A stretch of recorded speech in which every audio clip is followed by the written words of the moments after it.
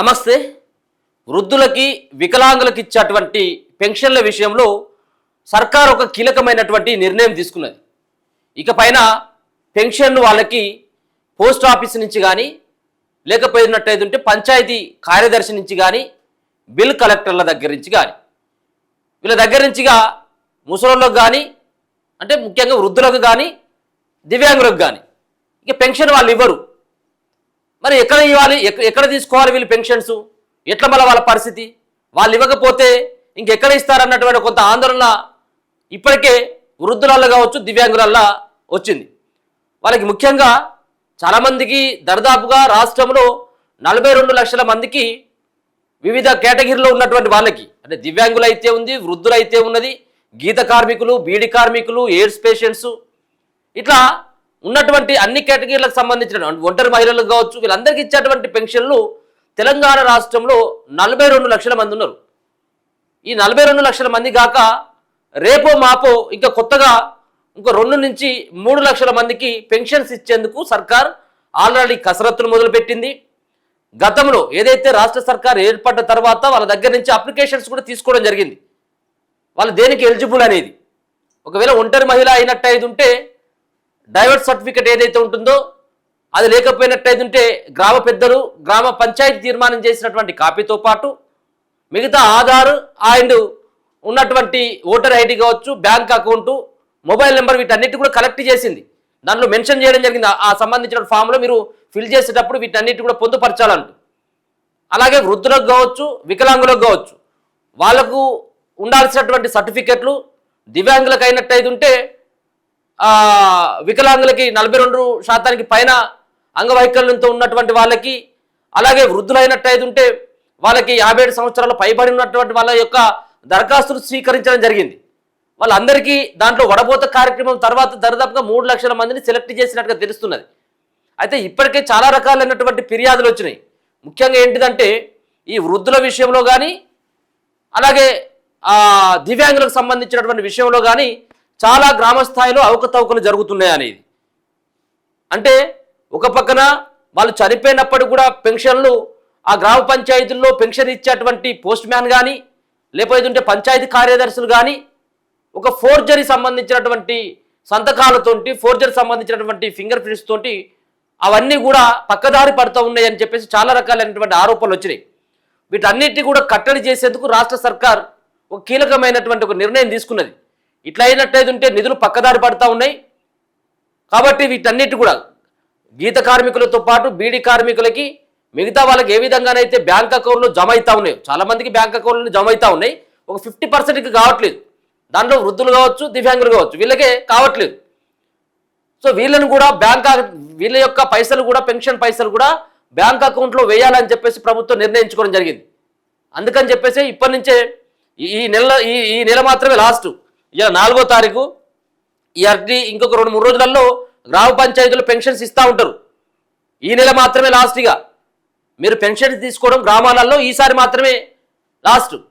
సరే, రెండోది కూడా వినబడతా ఉన్నది. దివ్యాంగులు అండ్ వృద్ధులు ఊర్లో ఉన్నటువంటి కార్యదర్శి లేకపోతే పోస్ట్ ఆఫీసులో తీసుకున్నట్టయితే వాళ్ళకి వెసులుబాటు ఉండేది.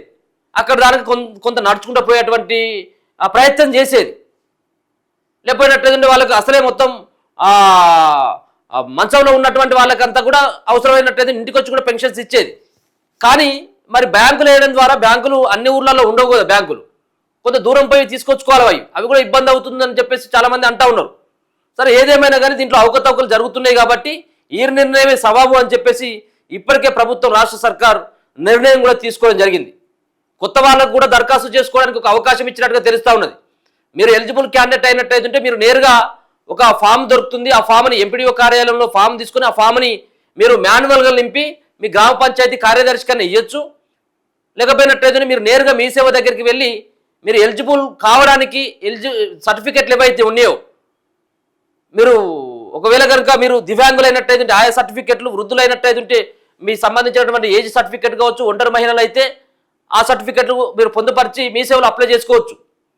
ఇప్పటికీ తెలంగాణ రాష్ట్రంలో కాంగ్రెస్ పార్టీ అధికారంలోకి వచ్చి 2.5 సంవత్సరాలలో ఒక పెన్షన్ కూడా ఇవ్వలేదు. కొత్తగా ఇచ్చినటువంటిది ఏంది అంటే భర్త చనిపోయినటువంటి వాళ్ళ ప్లేస్లో భార్యకి మాత్రమే ఒక వితంతు పింఛన్ మాత్రమే వచ్చింది తప్పించి మిగతా పెన్షన్స్ ఎక్కడ కూడా కొత్త పెన్షన్స్ రాలేదు.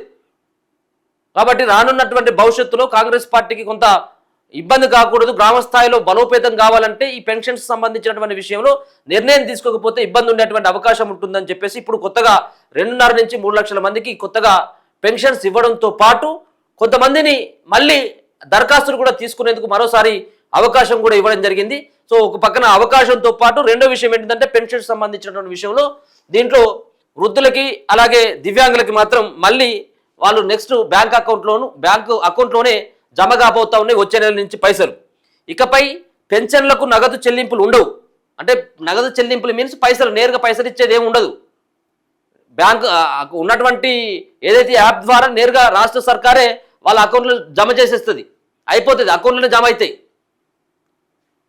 చేయుత పథకంలో అక్రమాలను అరికట్టడానికి ఇకపై పెన్షన్ మొత్తాలను నగదు రూపంలో కాకుండా లబ్ధిదారుల బ్యాంకు ఖాతాల్లోనే జమ చేయాలని రాష్ట్ర ప్రభుత్వం నిర్ణయించింది. నగదు చెల్లింపు విధానాన్ని నిలిపివేయాలని ఆదేశించింది. రాష్ట్రంలో 42 లక్షల మంది వృద్ధులు, వితంతువులు, దివ్యాంగులు, చేనేత, గీత కార్మికులు, ఇతర లబ్ధిదారులు చేయుత పెన్షన్ పొందుతున్నారు. వీరిలో సగం మందికి బ్యాంకు ఖాతాల్లో నిధులు జమ అవుతుండగా దివ్యాంగులు, వృద్ధులకు పంచాయతీ కార్యదర్శులు, బిల్ కలెక్టర్లు నగదు రూపంలో పెన్షన్లు ఇస్తున్నారు. మిగిలిన వారికి ప్రతి నెల తపాలా ఖాతా ద్వారా సొమ్ము చెల్లిస్తున్నారు.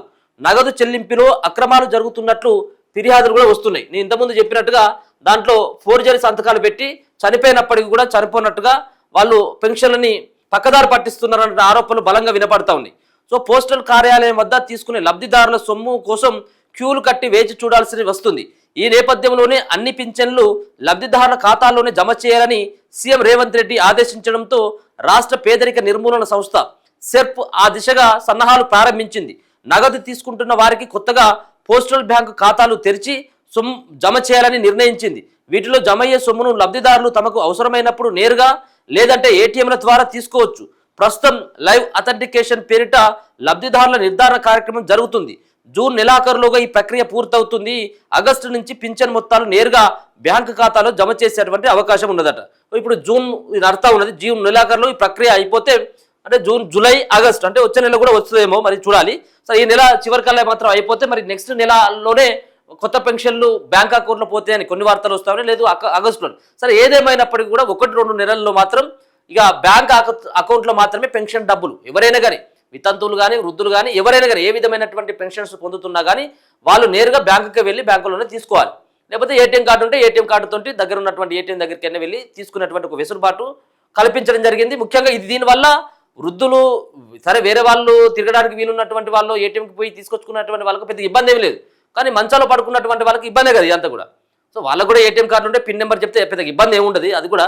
కానీ వీటన్నిటి కూడా పక్కదారి పట్టుతుంది అన్నటువంటి ఒక ఆలోచనతో చేసి వీటన్నిటి కూడా పుల్ స్టాప్ పెట్టేటువంటి ప్రయత్నం బ్యాంకు ఖాతాలోనే నేరుగా వేసేటువంటి ఒక ప్రయత్నం అయితే రాష్ట్ర సర్కార్ చేస్తూ ఉంది. ఇంకా మిగిలినటువంటి వాళ్ళు ఎవరైతే ఉన్నారో, ఎవరైతే పెన్షన్స్ కోసం దరఖాస్తు చేసుకున్నటువంటి వాళ్ళు ఎవరైతే ఉన్నారో వాళ్ళు ఇమీడియట్లీ సైట్ కూడా ఓపెన్ ఉన్నట్టుగా తెలుస్తూ ఉన్నది. దాంట్లో మీ ఆధార్ కార్డు కావచ్చు, ఓటర్ ఐడి కావచ్చు, అలాగే రేషన్ కార్డు కావచ్చు, మీకు సంబంధించినటువంటి ఒకవేళ కనుక దివ్యాంగులు అయినట్టయితే ఆ సంబంధించినటువంటి సర్టిఫికెట్లు కావచ్చు, ఒకవేళ కనుక భర్త మృతి చెందినటువంటి వాళ్ళు ఎవరైతే వితంతువులు ఉన్నారో వితంతువులు వాళ్ళ భర్తకు సంబంధించినటువంటి డెత్ సర్టిఫికెట్, అలాగే ఒంటరి మహిళలు అయినట్టయితే అలాగే డైవర్స్ సర్టిఫికెట్తో పాటు లేకపోతే గ్రామ పంచాయతీ తీర్మానం చేసినటువంటి కాపీతోటి దరఖాస్తు చేసుకునేటువంటి ప్రయత్నం అయితే చేయాలి.